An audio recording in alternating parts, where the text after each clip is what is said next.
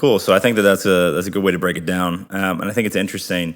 You're talking about if your ACL or your knee doesn't get to 85%, it caps everything else at 90. I think that's an interesting point, and metaphorically, we can kind of yank that over here. I think that there's many things and many instances and many people that have been in our lives, and I can really only speak for me, but I would say that if I'm feeling this, I'm sure that there's a lot of other people that are too.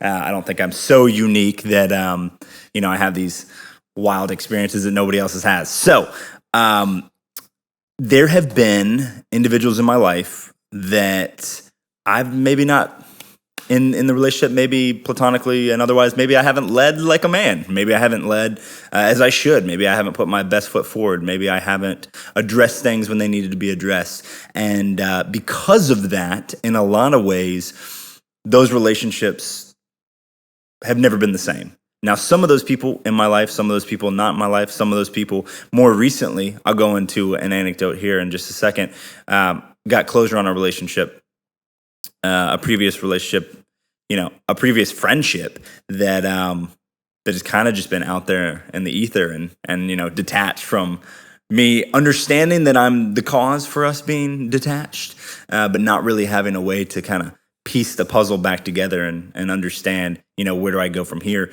But it's because I didn't put myself in a position from the jump to be vulnerable. So that kind of brings me to this. I think that for closure, there's a couple steps regardless. First, you got to acknowledge, okay? And we're not talking about 12-step acknowledgement, but you got to acknowledge. But it's acknowledgement. But it's the same acknowledgement. You have to acknowledge that there is a disconnect, that there is a disparity, that there is something that has gone on that needs to be addressed. From there, I believe you have to be willing to try to rectify by putting yourself in a vulnerable position with surrendering of the outcome. You don't have the capability to seek out closure and to chase closure with control over the outcome. You have no idea how that other individual is going to react. You have no idea how much damage you've done to them, to their mental, to your relationship, the tarnished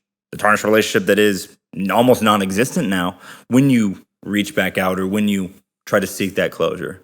Again, I think that would be reason to try to gain closure at a shorter time window than 4.5 years, Letting 3.5 linger. years.